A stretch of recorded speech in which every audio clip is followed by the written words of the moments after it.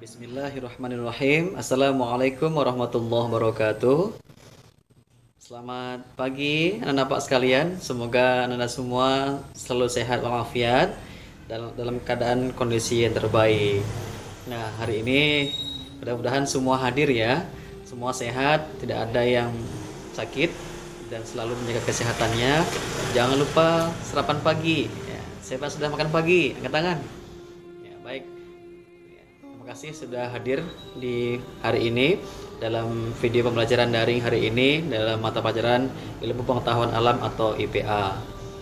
Baik, untuk hari ini Bapak akan menyajikan video pembelajaran yang mana terdiri dari 4 bagian materi pokok. Yang pertama yaitu tentang pembelahan sel yang terjadi pada manusia. Kemudian yang kedua adalah tentang sistem reproduksi pada manusia. Yang ketiga adalah tentang penyakit dan kelainan yang terdapat pada sistem reproduksi manusia. Yang keempat yaitu upaya pencegahan dan menjaga kesehatan sistem reproduksi pada manusia. Nah, untuk itu pada video kali ini Bapak akan menyampaikan materi tentang pembelahan sel. Oke, simak berikut video ini sampai habis dan siapkan alat tulis dan buku catatan untuk bisa melihat dan mendengarkan menulis poin-poin penting yang Bapak sampaikan. Oke. Nah, baik, kita masuk ke pembelahan meiosis dan pembelahan mitosis. Siap.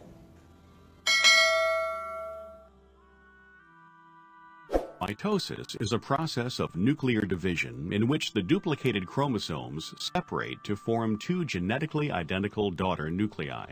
During prophase, the nuclear membrane disintegrates and the nucleolus disappears. As prophase continues, the chromosomes condense and begin to appear. Mitotic spindles, which are made of microtubules, begin to form between the poles, and kinetochores begin to mature and attach to the spindles. During metaphase, the chromosomes become attached to the mitotic spindles at the kinetochores and align along the metaphase plate at the equator of the cell. During anaphase, the kinetochore microtubules shorten, separating the chromosomes to opposite poles, while the polar microtubules and the cell elongate. During telophase, chromosomes reach the poles of the cell and begin to disappear. The polar microtubules continue to elongate. The nuclear membranes form, the nucleoli appear, and the chromosomes decondense.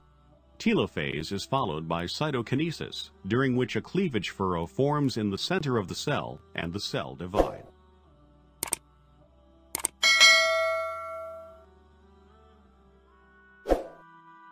Nah, baiklah anak-anak sekalian, bersimak ya. Pembelahan sel sangat penting bagi kelangsungan hidup semua makhluk hidup. Ada 3 alasan mengapa sel mengalami pembelahan, yaitu untuk pertumbuhan, untuk perbaikan, dan untuk reproduksi. Nah, menurut teori sel, semua sel hidup berasal dari sel yang sudah ada, atau omnis selula selula. Menurut siapa? Menurut Virchow pada tahun 1855. Pembentukan sel-sel baru atau anakan dari sel yang sudah ada sebelumnya dapat terjadi melalui proses pembelahan sel. Pembelahan sel dibedakan menjadi pembelahan mitosis dan pembelahan meiosis. Oke. Pada pembelahan mitosis, ingat ya, mitosis merupakan tipe pembelahan sel yang menghasilkan kromosom yang dimiliki oleh sel anakan adalah 2N, ya, atau disebut dengan makhluk hidup. Ingat ya, 2N kecil, atau disebut dengan makhluk hidup. Sementara untuk pembelahan meiosis atau meiosis, meiosis ya, meiosis, bacanya meiosis, merupakan tipe pembelahan sel yang menghasilkan kromosom yang dimiliki oleh sel anakan sebanyak 4 sel anakan haploid.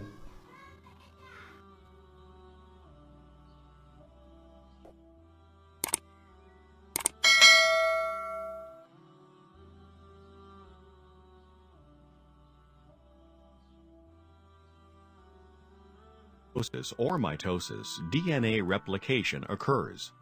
In both meiosis and mitosis, the chromosomes condense and become visible under the microscope. In meiosis, homologous chromosomes pair up or synapse, and crossing over takes place. Homologous chromosomes then align themselves along the metaphase plate, and each homolog is drawn to the opposite end of the cell. In meiosis, a second division occurs, resulting in production of 4 haploid cells. A single-cell division occurs in mitotic cells, resulting in 2 diploid cells.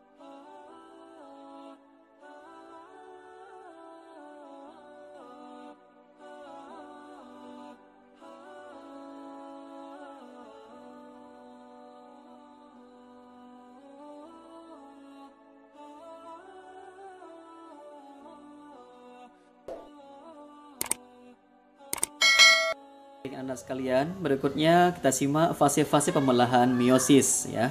Apa itu fase-fase pembelahan meiosis? Kita simak. Yang pertama ada profase 1 ya. Profase 1 terjadi ketika membran inti mulai rusak, kemudian menjadi bagian-bagian kecil atau fragmen dan terbentuk gelondong pembelahan ya. Ada gelondong-gelondong pembelahan ada pada gambar.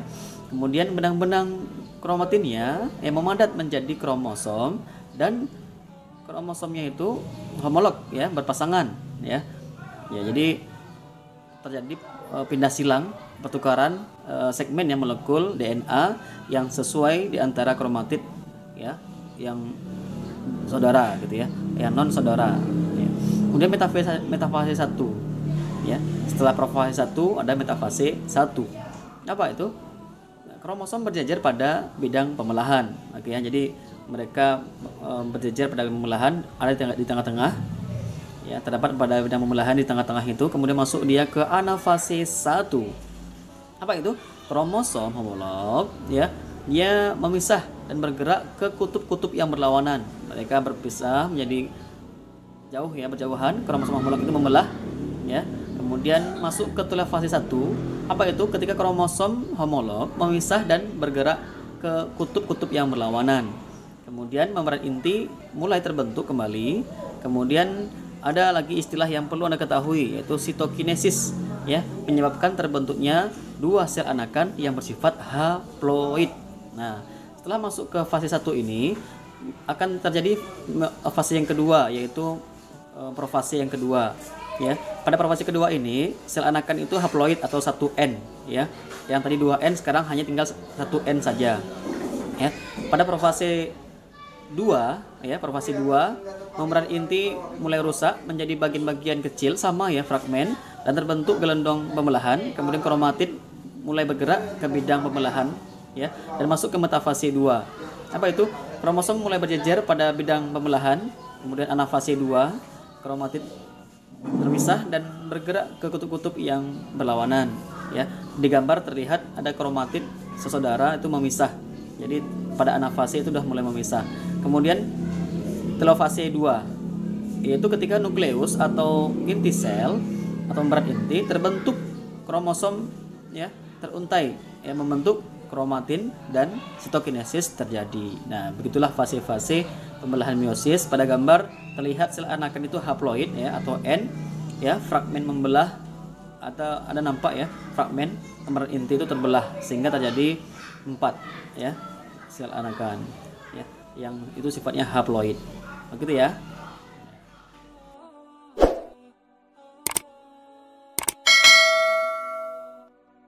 Oke, baik, berikutnya adalah sekalian. Sekarang kita akan masuk ke tahap-tahap pembelahan dari mitosis ya, atau fase-fase pembelahan dari mitosis dan ciri-ciri setiap fase pembelahan mitosis itu sendiri. Nah, yang pertama ada tahap profase namanya ya, tahapnya tahap profase. Apa itu? Ketika membran inti mulai rusak menjadi bagian-bagian kecil atau fragmen-fragmen. Nah, kemudian benang-benang kromatin itu memadat menjadi kromosom. Nah, kita bisa melihat gambar dari profase yang mana gelondong pembelahan terbentuk ya. Kemudian kromosom terdiri atas 2 kromatid ya saudara. Oke. Kemudian setelah profase ada metafase. Metafase ini yaitu benang kromosom berjejer pada bidang pembelahan atau bidang ekuator. Nah, di situ nampak gelendong pembelahan berada menuju ke tengah, sentrosomnya juga ada. Nah, kromosomnya itu berada pada tengah-tengah pada sebuah sel. Nah, oke ya. Lanjut ke anafase. Ada profase tadi, kemudian metafase, dan sekarang anafase. Apa itu? Ketika kromatid, saudara, ya, dari setiap pasangan membelah ya, kemudian dia membentuk menuju kutub yang berlawanan, yang satu utara, yang satu selatan, yang satu kanan, yang satu kiri, begitu ya. Pada akhir anafase, kedua kutub sel memiliki kromosom yang jumlahnya sama, oke ya. Jadi ada kromosom anakan yang terbelah menjadi dua, satu sebelah kanan, satu sebelah kiri, atau utara atau selatan. Kemudian yang keempat adalah telofase. Apa itu? Ketika membran inti ya mulai kembali bergabung, ya. Kemudian kromosom mulai merenggang menjadi dua. Nah, terbentuklah cincin pembelahan. Nah, ini ciri-ciri dari telofase, ada cincin pembelahan dan sel anakan, ya, terbentuk fragmen membran inti. Nah, inilah fase-fase dari pembelahan mitosis dan ciri-ciri setiap fase pembelahan mitosisnya. Oke ya.